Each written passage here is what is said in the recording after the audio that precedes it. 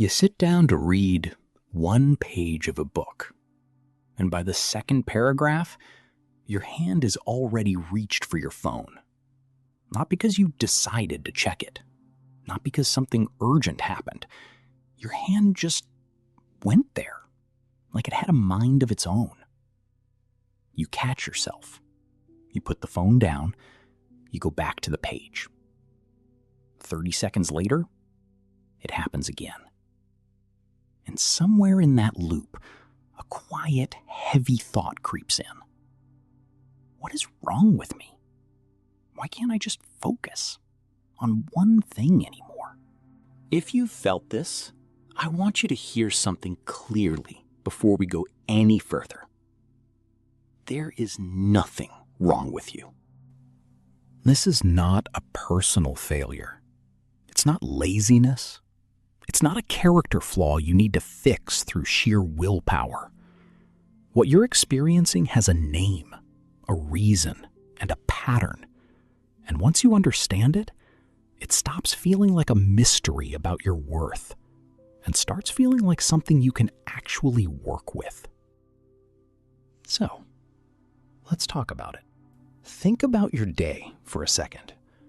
You wake up, and before your feet even touch the floor, you're scrolling. You're at your desk, and every 7 minutes, a notification pulls your eyes away. You're watching a movie, and somehow you're also holding your phone, half watching, half scrolling, fully present in neither. You used to be able to read for hours. Now, 15 minutes feels like a marathon. This isn't just you being addicted to your phone, though that's the easy explanation everyone reaches for. It's something deeper.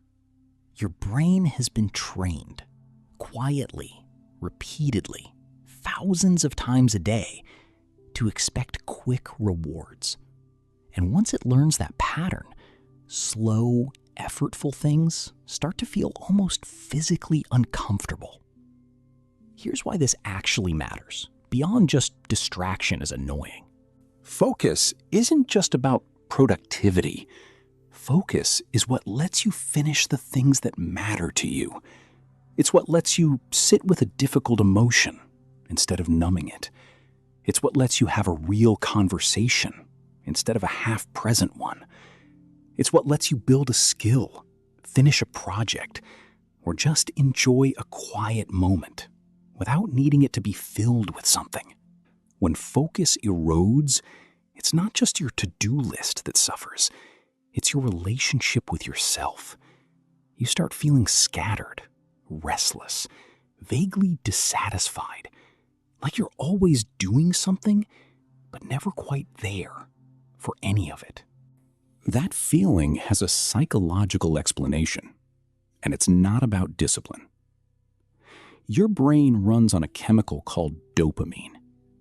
Most people think dopamine is the pleasure chemical, but that's not quite right. Dopamine is actually the anticipation chemical. It's released not when you get the reward, but when you're expecting one. Every time you open your phone and something new appears, a message, a like, a video, a headline, your brain gets a tiny hit of, maybe this will be interesting. That hit feels good, and your brain, being brilliant and efficient, starts to prefer that fast, cheap kind of stimulation over slow, effortful things like reading, deep conversation, or focused work. This is called dopamine-driven attention conditioning. Over time, your brain literally recalibrates what counts as enough stimulation. A calm afternoon that used to feel peaceful now feels boring. A slow conversation now feels like it's dragging. Not because those things changed, but because your baseline for stimulation shifted. You didn't choose this shift. It happened gradually. The same way your eyes adjust to a dark room without you noticing the light fading. Real quick, before we go on, If that explanation just made something click for you, that's exactly what this channel is for. Hit subscribe if you want more of these. Now let's see what this actually looks like in real life.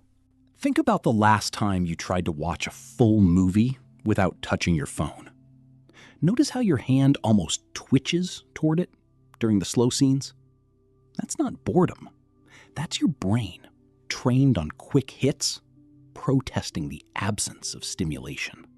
Or think about a conversation with a friend where you nodded along, but part of you was already composing your next text.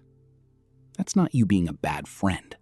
That's a nervous system that has learned to split its attention as a default state, not an exception. Even something as simple as standing in line at the grocery store, a moment that used to be just nothing, just waiting, now feels almost unbearable without a screen in hand. We've lost our tolerance for empty space. Not because empty space is bad, but because we're no longer used to sitting in it.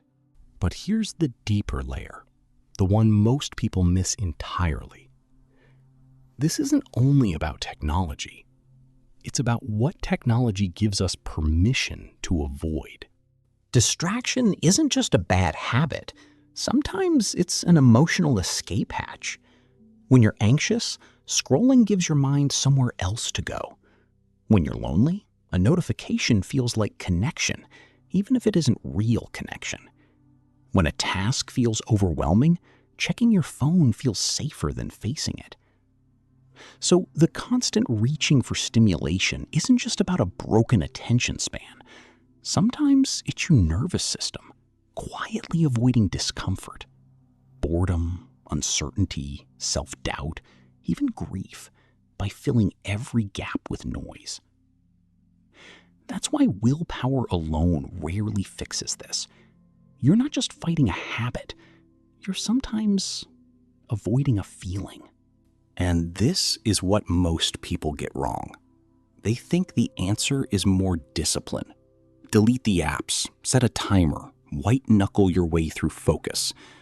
Sometimes that helps a little, but it doesn't address the real issue, which is that your brain's reward system has been recalibrated, and your emotional world has learned to lean on stimulation to avoid stillness. You can't shame your brain back into focus. Shame actually makes it worse. It creates more anxiety, and anxiety drives you right back to the thing that offers quick relief. So, what actually helps? Not a productivity hack, something gentler. It starts with rebuilding your tolerance for boredom, slowly, the way you'd rebuild strength after an injury. Sit with unstimulating moments on purpose. A walk without headphones, a meal without a screen, 5 quiet minutes before bed. Not to punish yourself, but to remind your brain that stillness isn't dangerous. It's just unfamiliar again. It also helps to notice what you're avoiding when you reach for distraction. Not to judge it, just to notice it. Oh, I'm bored right now.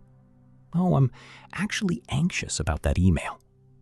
That small moment of awareness is often enough to loosen distraction's grip, because distraction thrives in the dark. The moment you name what you're avoiding, it starts to lose some of its pull. And here's the realization worth sitting with. Your inability to focus isn't proof that you're broken. It's proof that your brain is doing exactly what brains are designed to do: adapt to its environment.